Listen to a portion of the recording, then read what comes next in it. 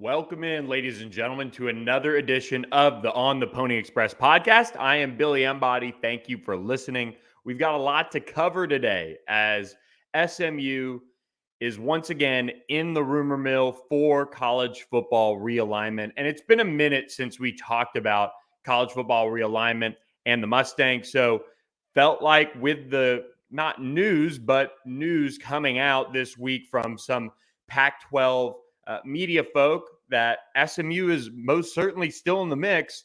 It was as good of a time as ever to kind of talk about this, react to it, and share kind of my thoughts with you guys on where things stand. So, what we know is right now is kind of the heyday of media rights deals being negotiated. We saw Conference USA this week announce their new deal with ESPN.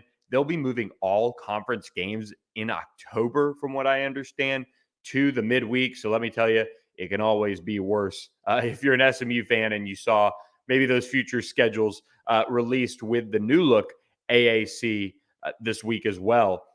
The Big 12 has already finalized its deal as well on the media rights front, and the Pac-12 is in negotiations with their network partners to extend and re-up on that front as well. And I have a feeling the Pac-12 might have to get creative. We'll see what that brings. Part of that piece to the puzzle is maybe some realignment that might give the Pac-12 additional content to sell to their partners. Also, time zones. That is a big thing that a lot of people are honing in on. It's where SMU might fit into the puzzle if you're the Pac-12 or even the ACC. So let's dive in. John Wilner and John Canzano have been, quite frankly, all over this from the Pac-12 side of things. Two columnists out west covering the Pac-12. And, you know, I think the one tweet that John Wilner had this week, and it kind of was sparked by a lot of things, but he just decided to weigh in with his percentages. And, you know, the one thing that I would say things are trending towards is the Pac-12 going to 12. And the other option is staying at 10. Now, the one thing that is driving all of this is money with the TV networks. And their job is to, without a doubt, explore what that looks like with potential ads to the Pac-12. Because when you look at the Pac-12 right now, it's watered down with UCLA and USC leaving. Those are two marquee brands that are headed to the Big Ten. We saw their rights deal that's going to be insane when those two do, in fact, join the Big Ten. Another thing to know, though, is how is this network partnership, how is it distributed? Because a lot of these networks, and especially ESPN and Amazon, as they start to kind of get into this, is what does the streaming part of this look like? How can they get people to pay for ESPN Plus, pay for Amazon Prime, even though, God, millions and millions and millions of more people are already Amazon Prime subscribers. And this is where it's going to get interesting is, can the Pac-12 come up with some sort of creative way to package up its rights deal, which includes the Pac-12 networks that are broadcasting their games?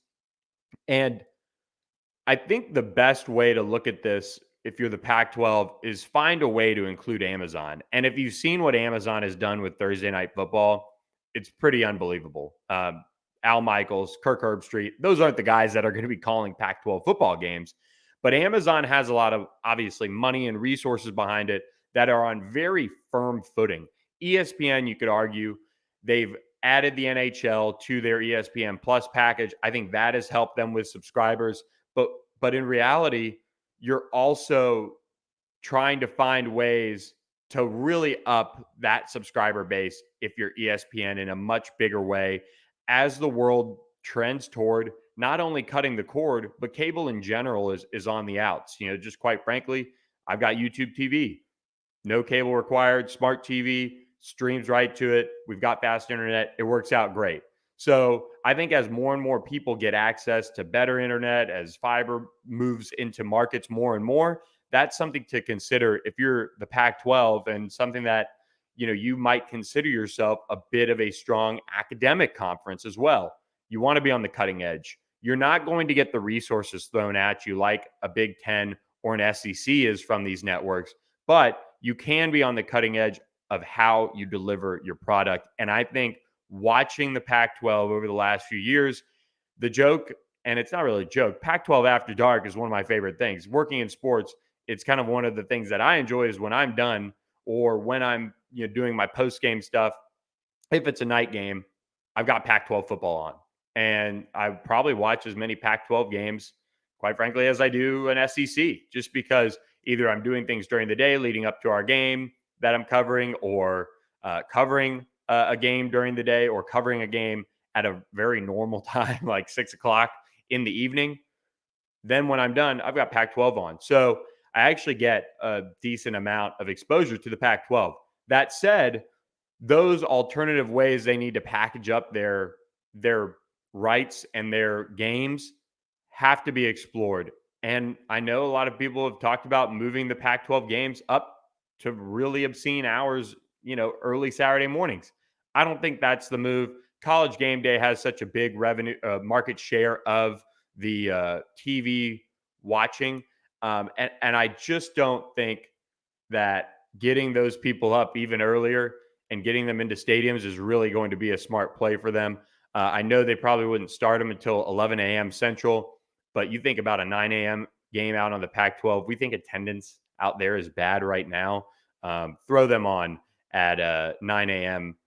Pacific time, and see how that goes. So all that to say, I think the Pac-12 media rights deal is going to be the most difficult for these networks and for the schools to work through, because if you listen to John, and John has been very tied in on this, if an option is to stay at 10 and he gives it 40%, then what does that say about the potential additions and how they're viewed by those networks? The one thing SMU has going for itself in a big way with TV networks is delivering a little bit of the share with the central time zone. And that's why it's important that SMU rolls off 3 more wins to close out this season. If you get an SMU team that finishes with a run of 5-0 to end the season, that I believe I would put them at 9 and or that would put them at 8-4 to close out the regular season, put them right in contention for the AAC championship game appearance. They might not get it because they need some things to go their way, but nevertheless, that's why it's important. People need to be talking about SMU. And if you go off of the last few years and how SMU started their season, that was accomplished. And it's unfortunate for SMU it didn't happen. I'm not one of those people that is going to say that a media rights deal is going to be based on a 8-game stretch from a team. SMU is in this conversation right now because of the multitude of reasons that we've discussed at ontheponyexpress.com. And we'll kind of dive into those and rehash those a little bit here later on. But a strong finish would help. The media rights deal is in negotiations right now for the Pac-12. And the more ways SMU can get its name in front of those presidents and athletic directors in a positive light, the better. They have met recently in San Diego. John Canzano reported on that a little bit. They are exploring things like, once again, a partnership with the ACC that's been discussed in the past for a scheduling deal. The Pac-12 is exploring going back to 8 conference games, which would open up opportunities for some bigger games like a partnership with the ACC. Another thing that would do, though, and this is where, again, the media, the TV companies and networks and distributors have to weigh in. How does that impact your buy games? And is that a smart move money-wise if the Pac-12 has to buy an additional game, if that's the course that they choose? It's hard to get some of these high-profile games on the schedule.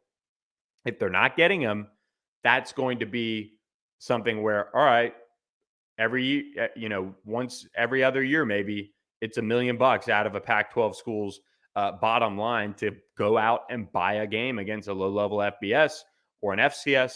And so that's something that's going to weigh in there a little bit on that front as well. I I think with SMU, as we kind of move towards that, the timeline is very unclear for when this thing could be settled. And depending on who you've listened to, and look, I've taken this approach since USC and UCLA left for the Big Ten. I said, look, guys, this is not something that is going to spiral into a let's move fast, let's hustle and make a rash decision. This is always going to had been a longer term play. The Big 12 is very confident in itself, and that confidence has only grown by the way the Big 12 for the most part has performed this season with new names coming up at the top of the conference. Of course, OU and Texas are on their way out anyway, but those schools have been beaten up this year in league play and on many levels. So that's been the positive for the Big 12. They don't feel the need to add right now. They are exploring here and there, as they rightfully should, to add to it. But again, they're not necessarily in business for another major round of realignment right now. The one that's been leaked, Gonzaga basketball, that would make a ton of sense if you're the Big 12. You add a marquee name on the basketball front. If I'm the Pac-12, you're also trying to get yourself in there for sure. Looking at how this is going to unfold, I think this is going to continue to stretch deeper into December, maybe into the new year with these Pac-12 media rights deals. And in talking with sources around SMU's program, they continue to be in contact with Pac-12 schools and their leadership to continue to try to keep themselves at the top of the food chain as one of the choices that could go into the Pac-12. They're doing the same with the ACC. That is very important, and SMU has gone about it a little bit more aggressively this time than dating back to 2016 when the Big 12 ultimately didn't expand, and just over the past few years as SMU has kind of ticked up a little bit under Sonny Dykes, and they just kind of said, you know what, this is going to kind of continue to trend in the right way. Our play will speak for itself. Over the past probably year and a half now, SMU has been in ultra aggressive mode. They've hired consultants. They have hired different uh, well-connected people to fight on their behalf. Oliver Luck is one of those, a very well-respected leader in the industry. He's been out there campaigning for SMU in that regard. There are others I can't name at this time, but one of which is a major player out west when it comes to the Pac-12 and what those schools really, or who those schools really look to for guidance overall when it comes to this type of a decision. So those are good things. SMU's president, RJ Turner, believe it or not, has some clout among leadership across the country. Regardless of how you think he's handled some things in the past, I can tell you that he is putting his foot down. It is a huge priority for the Board of Trustees at SMU, and therefore it's been a big priority for R. Gerald Turner as of late. You can go back and forth when it comes to the past, of course, and talk about how SMU missed the boat for prioritizing athletics. It's just not the case anymore with this kind of new look mentality that they've taken. And it's why you look around the country now, when there's talk of realignment, SMU is in there. They could very well be left at the altar. John Wilner's percentages there 40%, Pac 12 goes to 12, 20%, they go to 11, 40%, they stay at 10. That's going to be the interesting thing is what's the feedback from these networks for adding another player or two in the league? That's going to be what determines this ultimately. You look at SMU's stock right now on the field. I would say arguably, and this is probably where some people might disagree, but when you look at this from the vacuum of overall program, I think SMU is still in a good spot. And I would add that they are still in as good of a spot as they were under Sonny Dykes. Why? Because we haven't seen the end of this season just yet. We've seen SMU start out 7-0, 8-0, and then completely fall off. That we didn't see that this year. They obviously took their lumps. They had a tough schedule. They played 3 out of their 4 losses really tough. They came out of it on the other side and put 77 points up against Houston. That drew national attention, national buzz. And now we'll see over these next 3 games, can SMU take care of business? You've got lowly South Florida, trap game, of course, on the schedule this weekend in Tampa with a new coaching staff or an interim coaching staff at the helm. They've got to get by that. Then they've got a top 25 matchup, most likely, against Tulane, who plays UCF this weekend. That'll be a huge game. If UCF wins that game, I believe they'll probably clinch an appearance in the AAC title game. Could be wrong on that, but they'll probably clinch an appearance in the AAC title game, just off the top of my head. SMU then faces them on a short week as well. SMU's beaten Tulane 7 straight times. This is a Tulane team that has played really well this season. Their defense is at a high level. But at the end of the day, SMU has handled business, and Tulane is just getting into the teeth of their schedule where they have struggled in the past. So it'll be very interesting to see what happens in New Orleans next Thursday night, a week from today, when SMU takes on Tulane. And then they finish with Memphis at home. Very interesting matchup there. Memphis isn't at its normal high-profile self right now, and SMU has been able to play pretty well against them at home as well. So that's something worth noting. If SMU can finish with 5 straight wins, that would be huge in the eyes, I think, in terms of how you view the program overall. Not just are you hot or cold right now, and that's how we're making our decision. Overall, would Rhett Lashley have stabilized things? If you win 5 straight, sure looks like it. You have a lot of momentum going into the offseason. That's important as Pac-12 officials discuss this next media rights deal. Now, SMU is in the Central Time Zone in Dallas, Texas, a huge media market. If SMU delivers Dallas TV sets with Pac-12 games, either 8 or 9 conference games with some of these, teams, that's important. And that can help with ratings. That can help with viewers. If you're a Pac-12 team coming to Dallas to play a conference game and you've got a ton of alums here, whether or not they end up in Ford Stadium or end up at a bar or end up on their couch, the game is going to be more easily accessible because you're looking at potentially 11 a.m. or a 2:30. If you're looking at 2:30 kicks on Saturday, that's great. If you're the Pac-12, you're looking at a noon game on a Saturday instead of some of these later night games. I know it's local time out there, but even in terms of viewers, if you're a 2:30 Central out west, you're in a great shape. On the East Coast, you've got your East Coast alums. You're in great shape. It could very well project to help ratings, which is very important as well, as advertising dollars will then, could potentially improve. So the Pac-12 considering SMU as a Central Time Zone option is very important. I'm interested to see if the San Diego State rumors that they are, let's just say, right up there at the top as far as choices go for the Pac-12. I wonder if those have been a little bit of a smokescreen for a second school in the Central Time Zone. Who that could be, I don't know. Or a school from the Big 12, I'm not sure. That's just more so me speculating right there. But talking with a couple sources, it's not necessary that SMU has a travel partner in this if they were to go to the Pac-12, but having a regional game to have on that slate to help a little bit year in, year out would be beneficial for the Pac-12 in that regard.